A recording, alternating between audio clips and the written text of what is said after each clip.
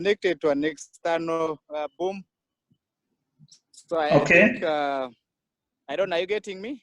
Yes, I'm getting you clearly. Yeah, so I've connected to an external microphone, you know, via the phone. I can't now have the whole of the group at the moment. Maybe at some point I'll connect the whole group. I think for the start, the presentation, we can have it via the phone, and then we join in for the questions on our computer later. Okay.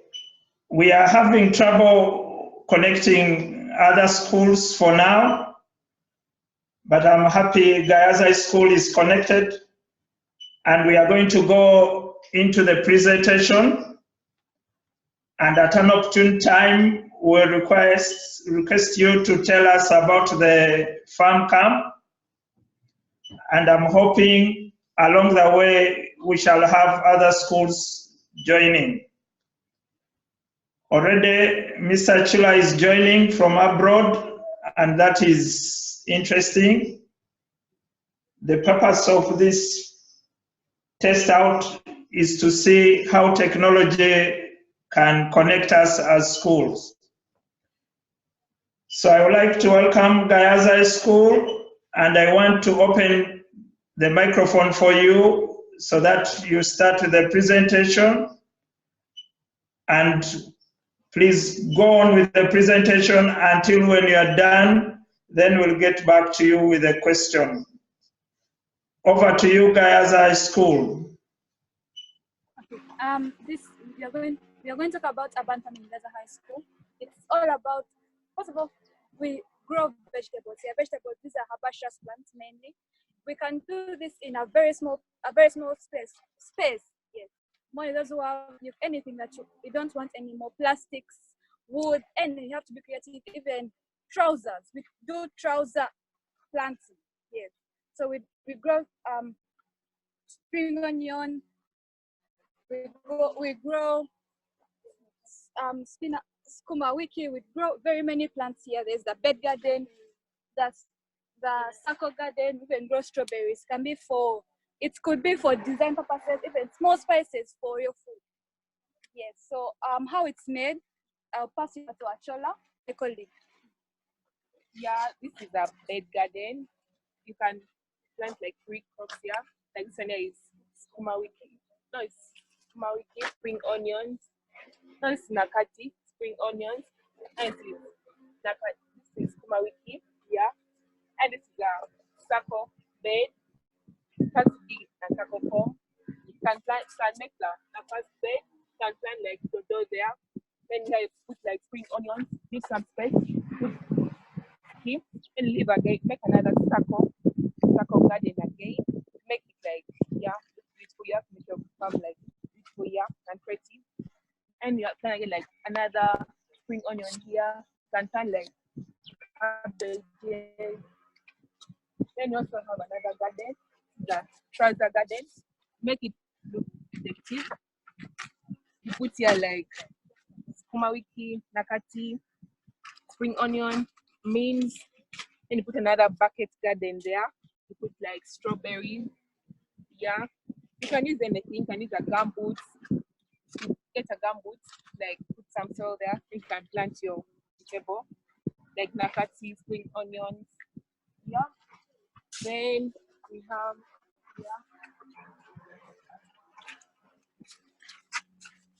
yeah, we have a kitchen garden. We're going to make this, like get a pipe, then you put in between, put there some like rocks and all that, so that can allow water to enter easily into the ground, and put the sack and put the soil around here. Then you cut a hole here, put some plants, leave again some space, put some plants here. Then you have to water, and mainly when you're watering, you have to water through the pipe and all that, so that water can easily enter and can be shared among the crops. Yeah, so I'll leave it all to Rachel, her other colleague. Okay. So when we are growing these vegetables, you have to put in mind that you have to keep on watering them simply because they need a lot of water. And you also should put in mind that if I have little space to grow these crops here. Remember, we have a small area, let me say, of land. We can grow these crops in here. For example, if you're to look at this one here, realize that it is a sack, but in a raised format. It's not like in space. In other words, we are not growing all these crops on the bare land, but we have tried our level best to utilize the space in air as well. So if you're to look at all these vegetables, yeah, most of them are spices, but others also are for eating. In other words, we grow vegetables that are for eating, for spices, like it's just a variety. We do intercropping, as you've noticed here, simply because at times some of these vegetables here do not work very well with some of the soils that we use. So we have to focus on different crops and try to see which one works best, which one does here, and then plant the crops. She spoke about the sack, but we also have the box gardens. This is one of the boxes we have. There are also other boxes beside here. This is a box garden. This is a pyramid. So when we are making the pyramid, it's just almost the same way as we did the circle garden, but you have to put in mind that the space I have is limited. So I have to keep on raising the ground in such a way that now, like, if you look at the first one here, it's an entire box, but it's not accommodating all the crops. Then there is a middle one, and then another one on the side. So here we are having spring onions, then the red cabbages. We are having a spice here. We also have the strawberry, then the amaranthus. This also applies to that one as well. We also have the tire gardens. If you look there is a pawpaw that has grown to its maximum level, and we are yet to harvest food from it. So we also have the tire gardens. In other words, we are utilizing the resources that the entire system on this vegetable garden or urban farming is the container system. We use different containers to grow our crops. Yeah. Thank you for listening. Do you guys still have more stuff to tell us? Okay. Okay. We shall be hosting the 60th annual farm camp at Gaza High School. It's starting from 23rd until 28th. Many of us out there, I bet you do not like farming, but this is an opportunity for you to learn different skills, technical skills, agribusiness skills. It's not just about farm. If you hate garden work, fine, you may come here and learn something. At least I bet you get interested in a particular crop that you can carry out as skilling. Some of you may be asking, what am I talking about? For example, the agribusiness skills. Some of you love buying ice cream, buying yogurt, buying tomato sauce, but when you come back to the bottom of it, how do you make this? So this is a skill that you're basically going to obtain. We also have the earthworm project around here. We are going to teach you how to rear earthworms, the importance of them. For example, the urine from earthworms is utilized as a fertilizer, and I bet some of you don't know about it, how we harvest the urine, how we harvest this and this. So in other words, farm camp is a place whereby we are going to have a lot of things besides farm work. We are going to have too many things that are going to involve the students, the patrons as well. If you're interested in talent, there's also a talent show. There are Olympics. Some of you who love running, basketball. There are so many things that are going to involve the students. And we also have demonstration farms. In other words, you're going to be touring different farms and you're going to be like about them. So this farm is not basically for only biology students, agriculture students, even you who does the arts and you're interested in entrepreneurship, you can come over, learn something at least as thing that is going to benefit you for your future. You never know what the future holds. For it's only at 100,000 shillings. You're all welcome to interact with the students because we're going to be having so many schools here. And I bet some of you have never interacted with some people from Western Uganda, Northern Uganda. We don't know how they be there. But once you come to our farm camp, I bet you're going to have a lot of things. It's fun. You're going to learn a lot of things, in other words. Thank you for listening. Thank you, Gayaza School, for that elaborate explanation. I have one or two questions for you. Are you listening? Yes. Okay. From all the activities you've explained, are there cut across in these activities? Or do these activities Yes. support learning in other subjects? Pardon? Do the activities you are doing at the farm support learning in other subjects? In hand. So for me, being part of this is just one of those ways in which I can be able to, get more knowledge in agriculture. This being an area which for me is uncharted territory, an area which I'm, just trying to learn more from. And I can already see that from what the girls have been discussing concerning urban farming, I mean, this is something that, is growing given the high influx of, very many young people and very many people in urban areas where, of course, land is limited and yet they strive to find ways in which to maximize their agricultural production. So maybe if there can be a girl or two that can answer, I've got about 2 questions that I would like to answer, to ask rather, related to my field. The first question would be, I know that one of the advantages of urban farming is that there's a way in which in certain communities or in certain urban areas, it can help to turn urban waste or waste into a productive source.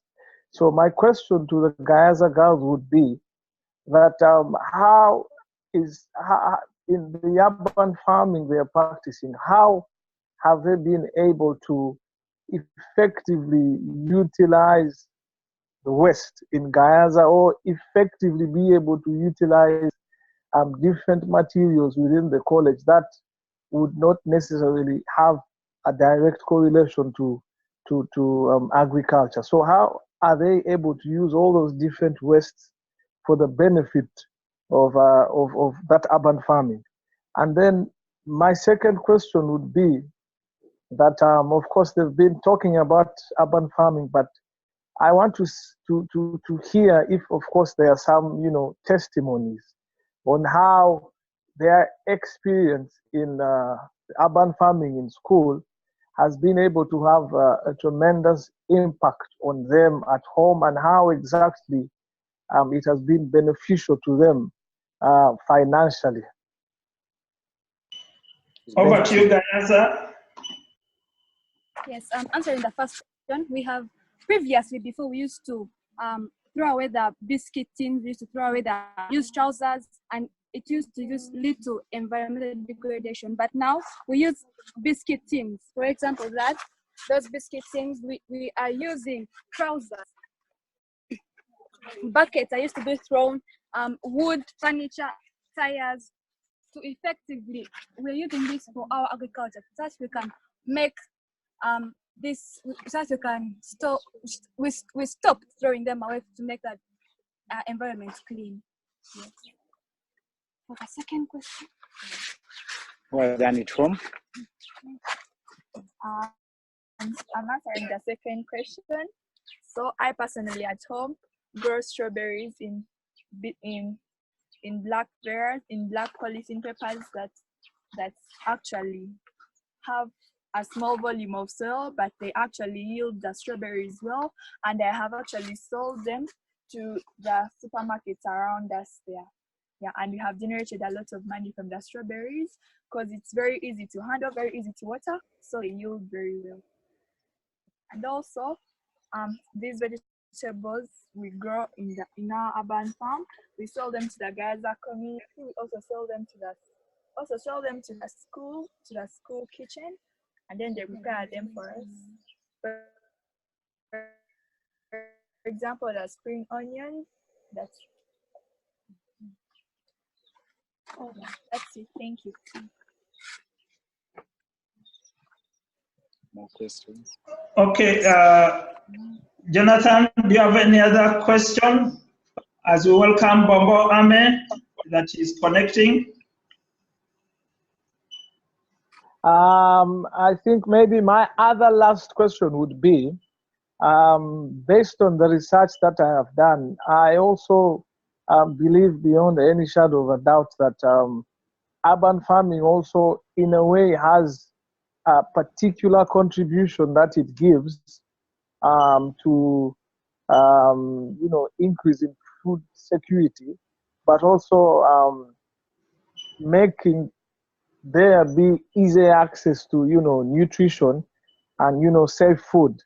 So I'm wondering, I would like to request if the Gayaza girls would try and give me their take on how urban farming can have a direct correlation to food security, and how it has affected them in a positive way, if so.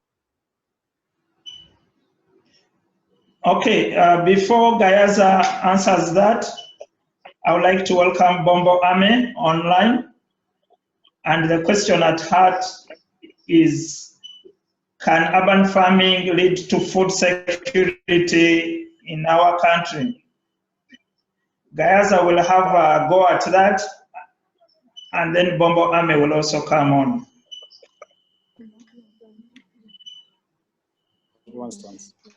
Food security. Mainly, when we buy food from the market, they normally have chemicals. But if you got this food yourself, you put this up to like normally manure, use manure, and as compared to the unhealthy chemicals that people in the market put on our food, it's better that we have grown this ourselves, and we know what is on the fruits. In addition, when it's you growing the crop, you know what you want exactly. I won't have to go to the market and ask for tomatoes when tomatoes are scarce, when tomatoes are not there. I want to eat spinach at this particular time. I'm not feeling well, and I feel this vegetable would be the best one for me.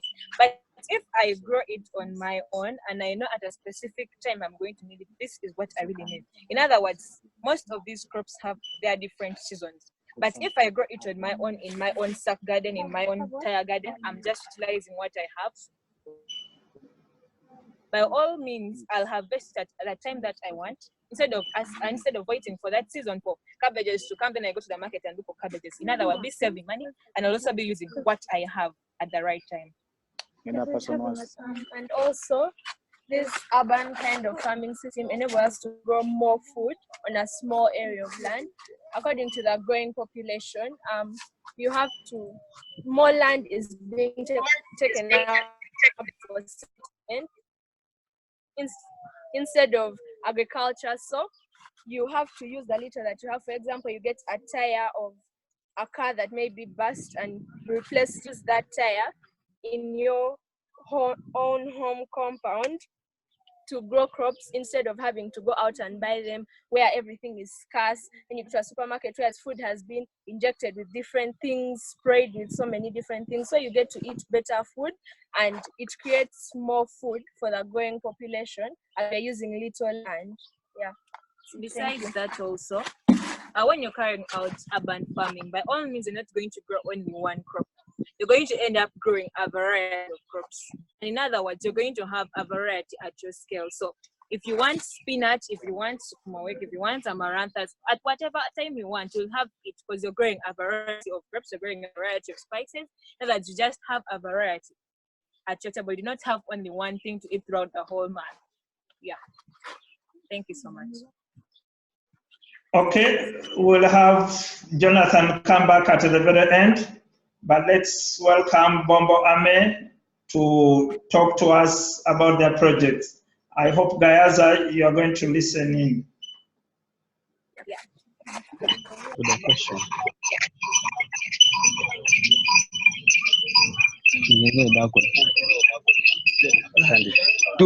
According to Bombo Ame, the question which has been asked, we are saying it is yes. Because if everyone utilizes the little space he has to plant crops, the whole community, it can be able to be fed. it can be able to be fed on the little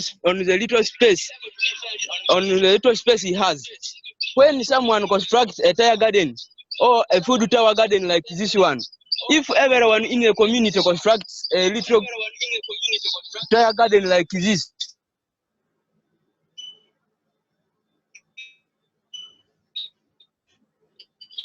someone will be able to other people. Yes, developing the whole country or the whole nation to get enough food. When someone utilizes This one, I'm saying this one will help us. Like we are producing much to our community because the community is buying from our school because we are under urban farming. If everyone was to practice urban farming in our community, I think they will not even bother to come and still coming to our school to buy such things. They will be producing for themselves. So I think if everyone participates in urban farming, I think food security will be solved in the country. That's what I believe, and it will work very well. I therefore urge every person in the country, let's mobilize people, let's sensitize people in urban farming because it can sustain, I mean, it can lead to food security in our country. So at school here, we are in a barracks where there is a small space, but we manage to produce what we can sell to people under urban farming. So here, therefore, here I can also show you some of the things where we show that urban farming can lead to food security. Here we have small sacks where we grow crops. Here, as you see, there is the cucumber here. So if everyone was to grow cucumber, there will be no need to come and buy from us. And also, there will be no shortage of cucumber in markets because everyone is buying, I mean, everyone is planting, everyone is growing.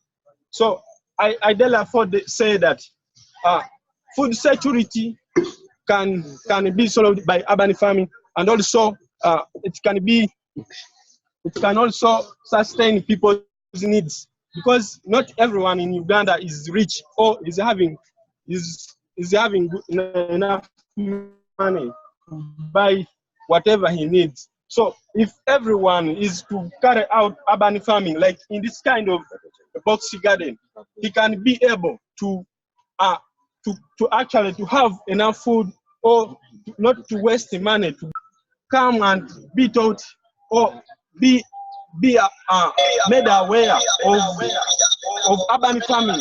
Majorly, if you come at our school, we can teach you whatever you need under urban farming, and you go and employ outside so that you can produce food even for sale at home. You can eat. So whatever we do under urban farming, it can still sustain, can still lead to food security in the country. Because for us at school, we have engaged students under urban farming, but for now, few students are going outside to go and buy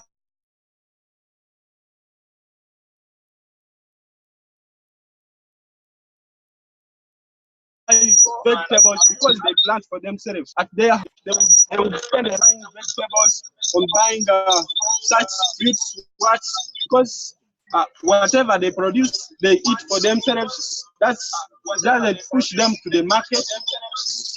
Doesn't push them to the market, and they can be able to give enough to their homes. All right, thank you so much. My name is Nondo Collins, a member of Amang Farmers Club. As a club, urban farming techniques have helped us a lot. As in case we have a small piece of land, we use urban methods of farming to at least be able to grow crops in our community. As in, if you have to look at, as my colleague has told you, we have many modern methods of farming. You can see this is a box garden whereby we grow a variety of crops within our box. You can see here we have Russian corn, we have spring onions, we have peppermint, we have these strawberries, as in all of them are in just a small box. If you have to compare, if this small box wasn't there and you were to grow your crops in, let us say, an open field, you could find that at least all these crops that we grew here, they are occupying a bigger piece of land. Urban farming has really enabled us to grow crops in a very small piece of land. If you look at this, here we are having our bottle gardens. As you can see, this is under construction. If you look at this bottle garden, it has probably many advantages. First of all, it is space economizing. If you have to see, it has two layers, the down layer and then the upper layer. You can grow crops on the down layer and then you grow crops on the upper one. If you look, another advantage is that it's environmental friendly. These bottles, if they were to be dumped in the environment or in the soil, you find that it takes these bottles a good number of years to at least reduce on their environmental degradation. Hence, if we use them like this, they can at least help us to make the environment friendly. These bottles can be still used for growing other crops, as in here we can put soil and grow crops. As you can see, this one here. And this one here is our bottle garden. We made it, we put soil in the middle, and as in to economize more space, we have put soil in these bottles. You fill the bottles with your soil. After filling the bottle with soil, you now come and plant your crops here. As in, you economize the space which is in the middle, and at the same time economizing the space which is holding our soil farm in the garden. And then another thing is that in our garden, as in urban farming, we grow a variety of crops. As you can see this one. Here we have our plants in a sack. As in, this helps students, as in when they are learning, it helps them like they are say staking. This is a stake, and these are our plants. So the sack is very easy, as in if you are transporting, you can easily carry your sack, take to a different place. Just you're migrating, that's what we call urban farming. Just simple, smart, because there is no need of a hoe or what, making the work simple and smart. Then you have our box garden too. In case you still have at least a larger piece of land, you can make your own bigger box garden, as this one. You can see a variety of crops. Here we are having beetroot and then our carrots. They grow here, as in what has enabled us to come up with such crops, as in they require at least, let us say, they require much manure. So what we do, we add in manure, organic manure, time after time. We prepare our manure. We can use bioslurry from our biogas digester. If not that, we can use our animal residues, because we have poultry and then we have cattle. So we mix that residue with the soil and then we mix in our box garden. At the same time, we have also the box gardening. If you have to compare urban farming, this is urban farming, as you have said. Urban farming is really quite good. Because if you have to see, this is the box, that's the plot of land, this is the box. Imagine you have these two gardens, and then you have a plot of land. What would be better? If you have to look here, we have many crops planted in a very small piece of land. So what we do,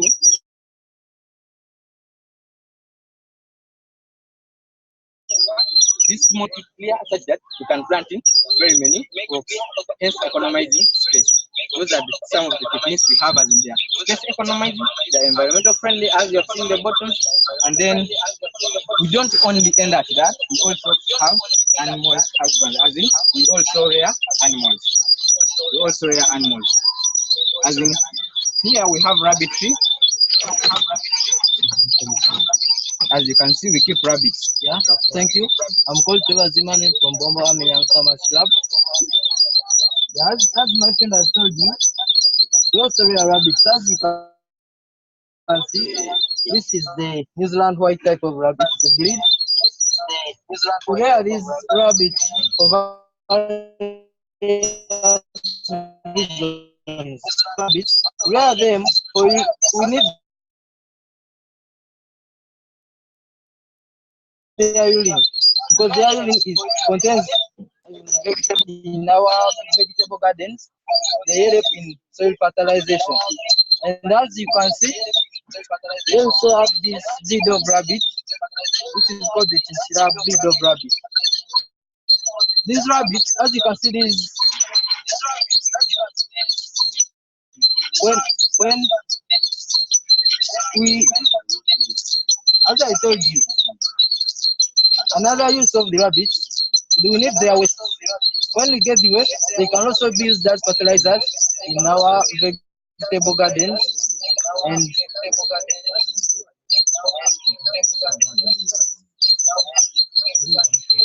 And another thing is that the rabbits, as you can see, these the fur on these rabbits can also be used as products. Yeah.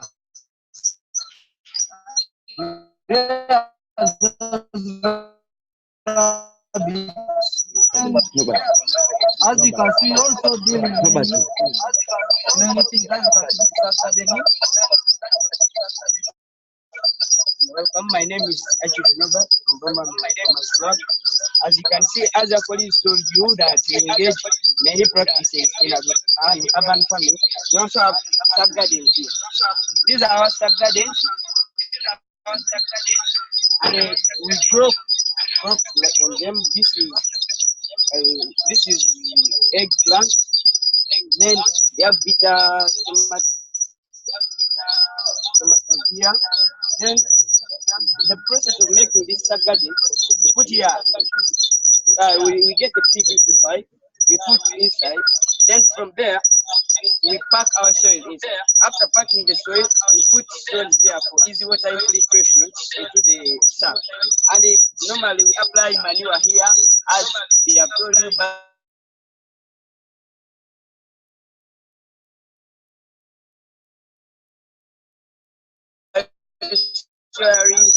Then the litter from rabbits, like practice in all urban centers like this. If each crop could produce a sack like this,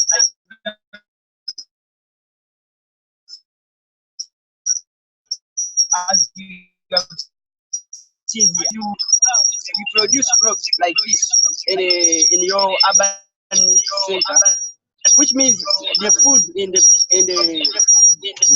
like the food in the country will be plenty because of these practices we have used. And you can see this stuff we also grow down here on the side, because the nutrients, because we utilize the nutrients that reach up from the upper layer to the down layer, such that these crops can grow, and these crops grow upwards through the tropism, because they respond towards light.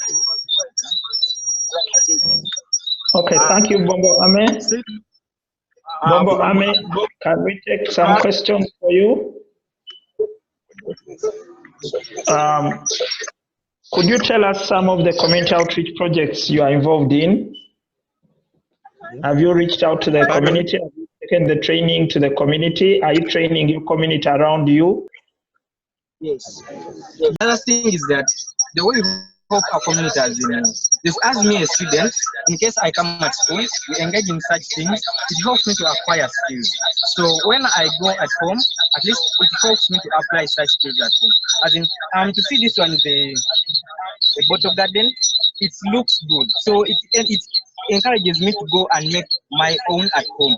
And the members who pass at home, as in the neighbors, they also get a chance of seeing such types of garden as in modern farming techniques, helping them also to encourage them growing crops in such gardens. And another way how we help the community, as in case we host the school meetings, the PTA meetings, we at least have chances of interacting with parents and the AME staff members, that we teach them in different ways of growing crops, helping them to at least have the chance of getting in contact with urban farming methods.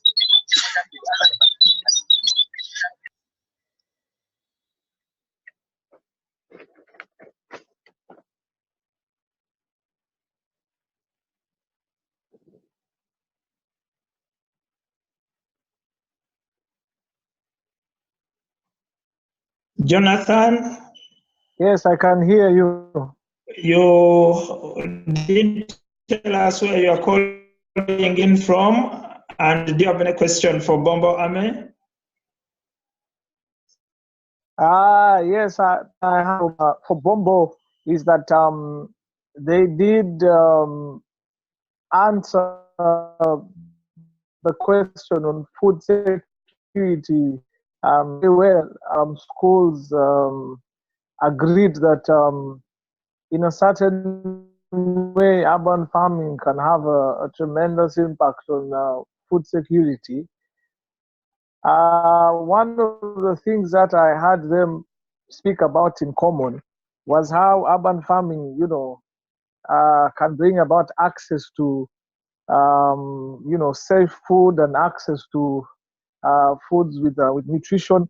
And then I remember one of the guys or girls was saying that, the incidences of, when you get food from anywhere and the food has got chemicals and, has got all sorts of things. So my question would be that based on the answers they have given about how urban farming can increase food security, do they think that there could be a direct correlation with healthy living? How do they think urban farming can have an impact on healthy living, on the food we eat, which of course will inevitably have an impact on our health? Okay, can you tell them where you're calling in from? Yes, I'm calling in from Dallas, Texas, and I've been here for the past 8 weeks. So I'm here on a fellowship. So I've been moving around and visiting different farms and attending conferences on that particular area that I'm passionate about, agricultural economics. And what time is it? It is 5 minutes to 3 a.m. and health of people, because now here in Bombambe we use the waste in the urban centers, like the tires, the bottles, and the sacks, which the sacks, as you can see here, which would accumulate in the urban centers to cause pollution. We use them and we put them into farming, which means we can produce for a long period of time using this material, because like this tire, you can use this tire for a long season, which means you are preventing the accumulation of these wastes in the urban centers. So, and another thing, we also engage organic farming, which means we do not go for the commercial fertilizers and the other chemicals, which would pollute the environment. So if we use our organic manure, like the bioslurry, the waste from the animals, which means we are not going to pollute the environment, because the waste we are using, they are coming from animals and they are plant materials. And another thing, the bottles like this, when you look at these bottles, for now the bottles are accumulating in the environment because of the many companies that have come up, which means they produce beverages and people dump these things anyhow. So if we engage these things into farming, which means the accumulation of them into the environment will be reduced, because when we use these bottles in an organized way to produce the essential food like this you have seen here, which means here it will help the environment reduce on the pollution. I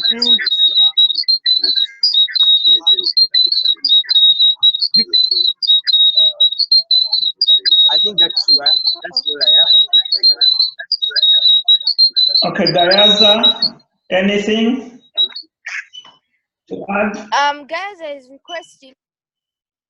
is requesting if you could please rephrase your question. The question was, will urban farming impact on the health of the people positively? will it lead to better health? We can hear you. I believe urban farming would impact positively people's health positively based on what you're growing as you as a person. If I know I need vitamins, as in so many vitamins, I have children and my children need vitamins, they'll need refuges, they have constipation in such and such. It means I'll need to do urban farming. That is one of the factors that I'll consider while I'm starting up my urban farming.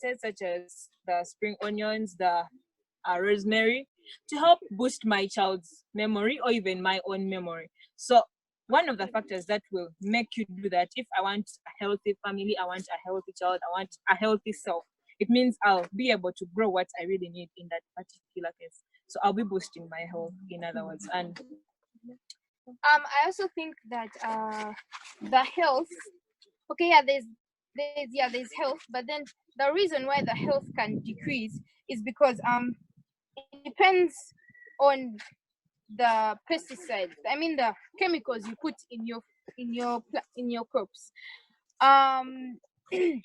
Let's say like because I'm growing the crops myself and they're within my reach, it means that I know what I have put inside. I know what is wrong or what is right in what I have put. Yes. So which also reduces on the which increases on the health. Yes, increases. Which increases on the health. Yeah, it gives us a positive impact on the health, on our health generally. In addition, besides that, if I'm to grow a particular crop as a person, I'll have to research about it. Know that different pests that are capable of attacking this crop, what conditions are best for this crop. Unlike a farmer whom I do not know who's growing that particular crop, because most people, if they're growing that particular crop, they're growing it maybe for business, if they're told they're selling it to me. But if I'm growing this crop, I know this pest is most likely to come and attack this crop. The weevils are most likely to come and eat up this particular crop.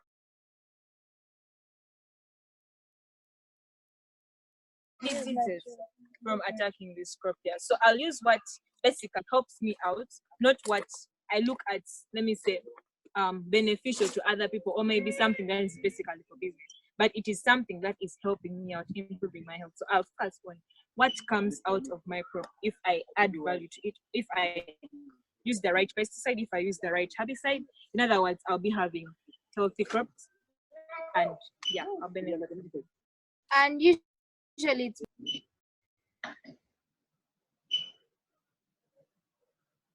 better to use.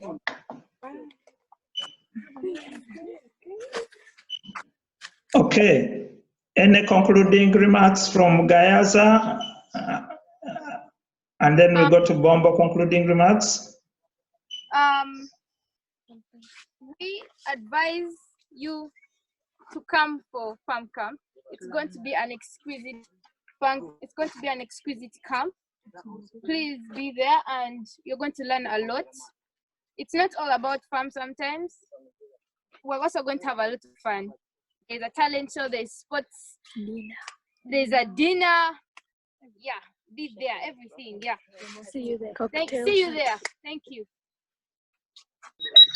Yeah.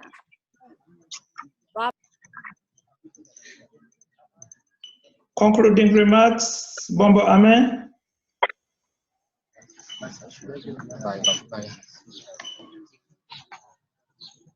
As in conclusion,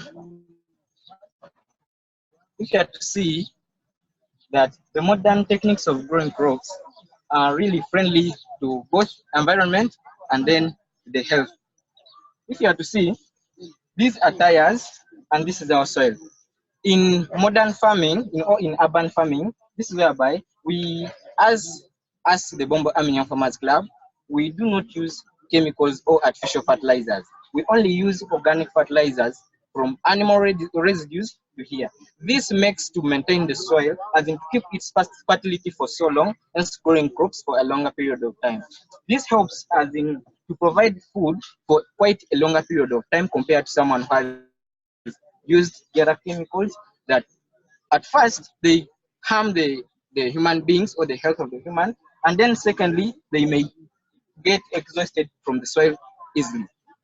So another thing is that, as in if you see at here at Bombo Army, we only use organic farming methods. As in this is whereby we use only organics, as in pesticides, they're organic. If you have to look at if someone who is using chemicals, as in pesticides or fertilizers, most of these chemicals are systemic, as in they when they are sprayed onto the crop, they enter into the system of the crop. As in if someone harvests, this is whereby when someone harvests, goes cooks, consumes, is consuming chemicals that were sprayed earlier on.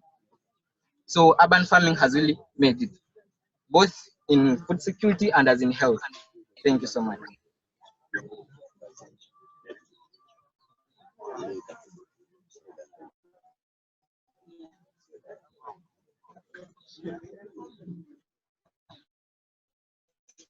Hello. Any Hello. concluding remarks, Jonathan? Yes, I can hear you.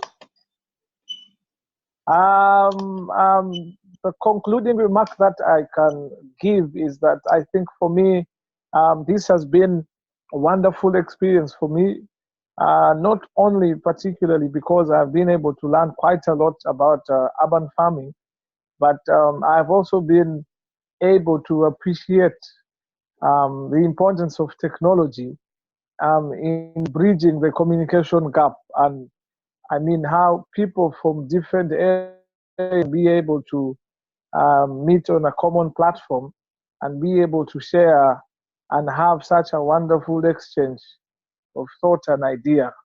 So I think technology is the way to go, and I believe it can play an important role in not only disseminating information, but also helping people get to learn quite a lot about technology. Maybe the last thing that I can say is that I'd like to encourage all the young people in Gayaza and the students from Bombo that agriculture, a thing that for a very long time has been ignored by quite a number of people, should be a viable option for them to venture in. And not only the element of farming, but agriculture needs more economists.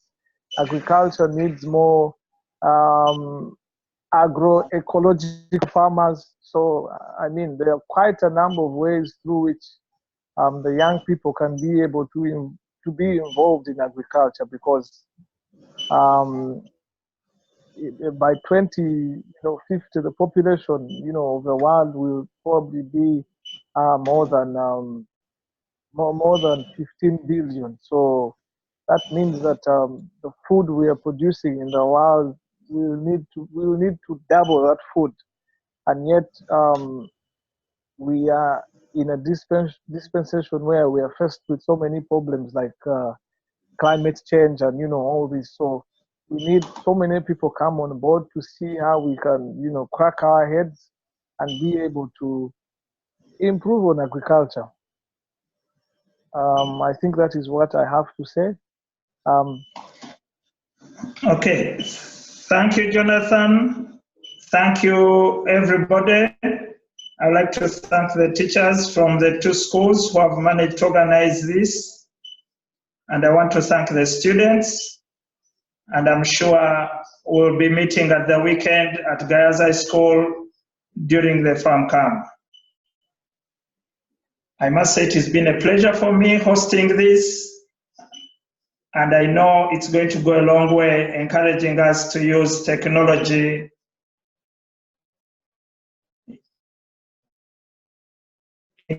in our work.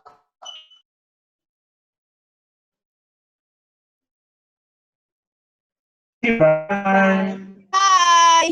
Welcome. Be there.